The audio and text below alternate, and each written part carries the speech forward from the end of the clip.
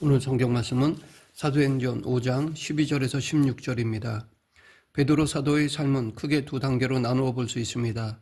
예수님을 만나 부르심을 받고 따라다니면서 많은 가르침을 받던 시기와 예수님을 부인한 이후 용서받고 초대교회를 이끄는 위대한 일꾼으로 살았던 시기로 나누어집니다.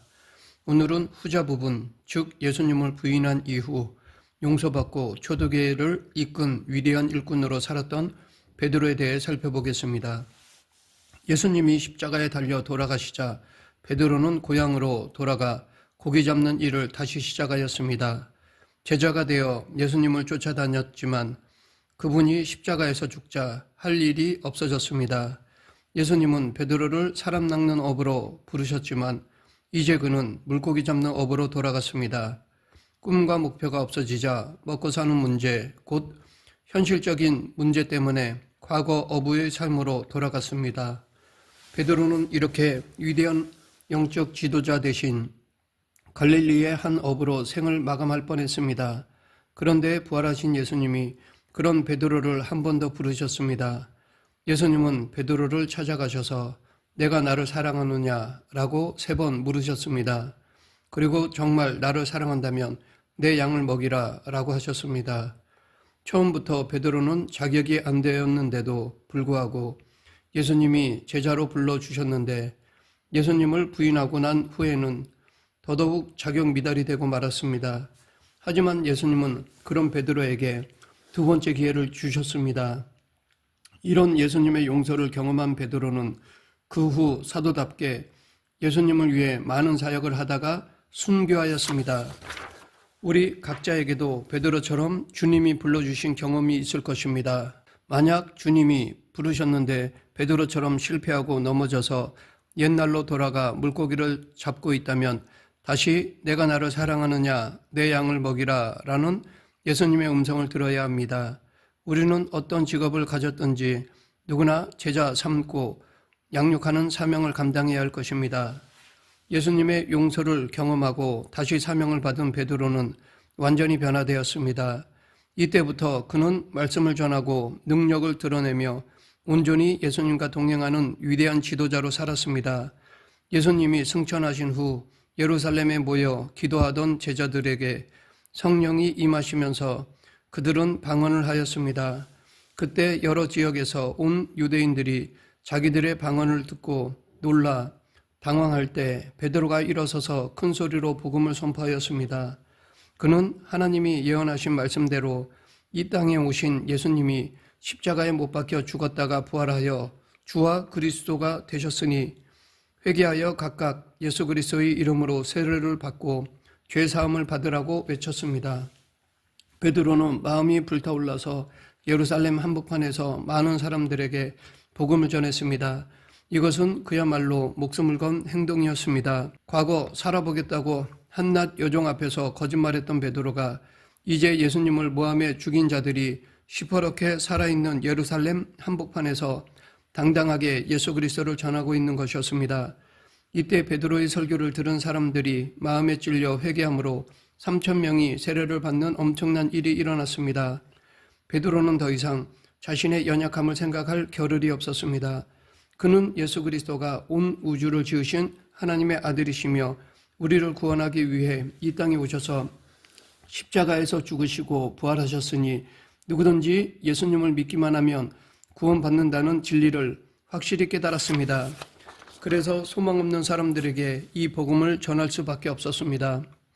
부활하신 예수님을 만나 다시 부르심을 받고 담대하게 복음을 외치는 베드로에게서 우리는 막을 수 없는 성령님의 힘을 볼 수 있습니다. 그는 온 인류를 생명에 이르게 할 진리를 깨달은 후 담대하게 진리를 전하였습니다. 베드로는 진정으로 사람 낚는 어부가 되었습니다.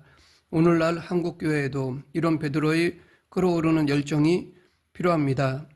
열정에 불타올라 성령의 권능으로 진리를 전하고 여러 말로 확정하여 복음을 전하는 베드로처럼 우리도 그렇게 복음을 전해야 합니다. 복음을 말하지 않고는 견딜 수 없는 심령이 우리 안에 한국교회 안에 회복되어야만 합니다.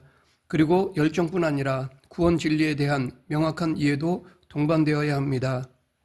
죄인이 구원받은 것은 착한 행실이 아니라 오직 회개하여 믿음으로 되는 것임을 명확히 전해야 합니다.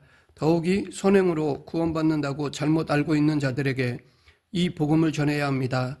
지금처럼 어두운 시대일수록 더더욱 진리를 말하는 데에 힘쓰는 자들이 정말 많이 필요합니다.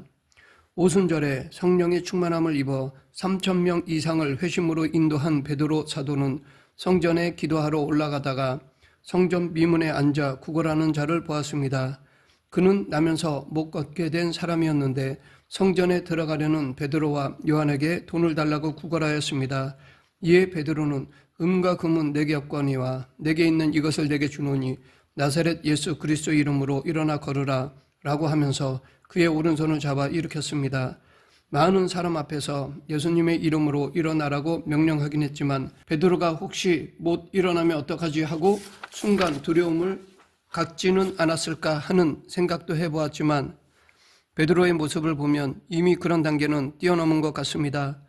베드로에게는 그가 일어나지 않은 것을 상상할 수가 없었습니다. 한치의 의심 없이 당당하게 나사렛 예수 그리스도의 이름으로 일어나 걸으라 라고 명령했던 것입니다. 이 사건을 보면서 우리는 단지 베드로가 병 고치는 은사를 받았다고 생각하겠지만 병 고치는 은사가 아닌 하나님의 크신 능력이 베드로에게 임해 일어난 사건이었습니다. 베드로는 하나님의 능력에 완전히 이끌려 하나님과 동행하는 자로 변화되었습니다. 더 이상 이전에 물고기 잡던 어부 베드로가 아니었습니다. 이렇게 하나님의 능력을 입은 베드로는 거짓말하던 아나니아와 삽비라를 벌하여 죽음에 이르게 하였습니다. 이뿐 아니라 사람들은 베드로가 지나갈 때 그의 그림자라도 덮이면 병이 나을까 하여 병든 사람들을 데리고 나왔고 다 나음을 받았습니다. 루다에서는 베드로가 8년 된 중풍병자 애니아를 고쳐주었고 요바에서는 죽었던 여제자 다비다 도르가를 살려주기도 하였습니다. 베드로는 이처럼 하나님과의 깊은 교제 속에서 능력 있는 사도로 사용되어 많은 사람을 예수님에게 돌아오게 하는 역사를 이루었습니다. 이는 베드로뿐 아니라 초대교회를 이끌었던 사도들에게 나타난 하나님의 능력입니다. 오늘날도 하나님이 주권적으로 신실한 일꾼에게 이런 능력을 주실 수 있습니다. 모든 것은 하나님의 결정이므로 때를 따라 덮는 은혜만을 바라보면서 간구할 뿐입니다. 헤롯 왕은 요한의 형제 야고보를 죽이자 유대인들이 기뻐하는 것을 보고 내친 김에 베드로도 잡아 감옥에 가두었습니다. 유월절 후에 백성들 앞에서 죽게 될 베드로는 두 군인 틈에서 두 쇠사슬에 매어 잠을 잤습니다. 보통 죽음을 코앞에 둔 상황이라면 잠이 올 리 없는데 그는 천사가 와서 옆구리를 쳐 깨워서 데리고 나갈 정도로 깊은 잠을 자고 있었습니다. 이것은 무엇을 의미하는 것일까요? 베드로는 어느새 사람이 두려워하는 죽음조차 뛰어넘는 경지에 이른 것입니다. 이 땅에 있는 그 어떤 것도 심지어 죽음조차도 베드로를 두렵게 하지 못했습니다. 하나님을 철저히 의지한 베드로는 하나님 안에서 근심이나 두려움이 없다는 것을 삶을 통해 보여주었습니다. 우리도 베드로처럼 진실하게 하나님을 신뢰하고 있는가? 그렇다면 이 땅에서 염려, 근심이란 있을 수 없습니다. 하지만 우리는 여전히 염려합니다. 이 땅은 원래 염려와 근심거리로 가득합니다. 그러나 하나님을 의지하는 우리는 근심할 일은 많지만 근심하지 않습니다. 이것은 결국 신앙의 문제입니다. 우리가 매일매일 기도함으로 하나님을 신뢰한다면 근심과 염려를 물리칠 수 있습니다. 베드로는 처음에 헤매고 실수도 많이 했지만 다시 예수님의 용서를 받고 나서는 예수님의 일꾼으로 완전히 변했습니다. 그 후 말씀을 전하고 능력을 발휘하며 하나님을 절대적으로 의지하며 살았습니다. 이전에 베드로를 알고 있던 가족이나 지인, 동네 사람들은 그 누구도 베드로가 이렇게 위대한 인물이 될 줄 몰랐을 것입니다. 평범한 갈릴리 어부였던 베드로는 능력 있는 하나님의 일꾼으로 180도 달라진 인생을 살았습니다. 초대교회 성도들이 핍박과 박해를 당할 때 그는 예수님의 몸된 교회를 이끌고 말씀을 가르치면서 성도들을 보호하고 돌보았습니다. 베드로는 시대를 움직이는 하나님의 일꾼으로 살다가 죽었습니다. 우리도 이 땅에서 어떻게 살다가 죽을지 생각해 보아야 할 것입니다. 하나님의 귀한 뜻을 이루다가 죽을 것인가? 내가 하고 싶은 것을 하다가 죽을 것인가? 솔직히 지금 나의 모습을 들여다보면 긍정적인 기대감을 갖기 어려울 수 있습니다. 그러나 우리가 진정으로 예수님을 만나면 우리도 바뀔 수 있습니다.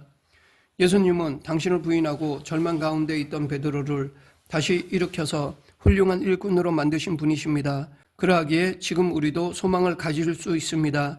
이전에 어떻게 살았고 어떤 실수를 했는지는 중요하지 않습니다. 다시 한번 예수님이 나에게 주신 사명을 깨닫는 것이 중요합니다. 우리는 이 땅에서 먹고 사는 문제만 고민하다가 죽는 무의미한 인생으로 끝내지 말아야 합니다. 사람들의 인정을 쫓으며 편안하고 안락한 삶만 추구하지 말아야 합니다. 하나님 손에 이끌려 충성하며 살다가 하나님 앞에서 칭찬을 받아야 할 것입니다. 하나님께 이끌려 사는 삶이 최고의 삶입니다. 예수님을 믿게 된 이상 무의미하게 사는 것은 죄입니다. 우리의 삶은 베드로처럼 하나님 손에 붙들려 있는 삶이어야 합니다. 말씀을 맺겠습니다.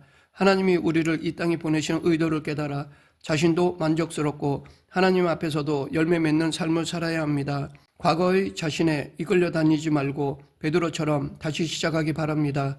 예수님은 우리가 사람들을 도우며 하나님의 영광을 드러내는 자로 살기를 원하십니다. 이것이 하나님이 나를 이 땅에 보내신 이유임을 깨닫는 저와 여러분이 되길 간절히 축원합니다. 기도하겠습니다. 사랑과 은혜가 풍성하신 하나님 아버지, 저희를 그리스도인으로 불러주심을 감사합니다. 각자의 삶의 현장에서 주신 사명을 감당하는 저희 모두가 되게 하여 주시옵소서. 예수님 이름으로 기도드립니다. 아멘.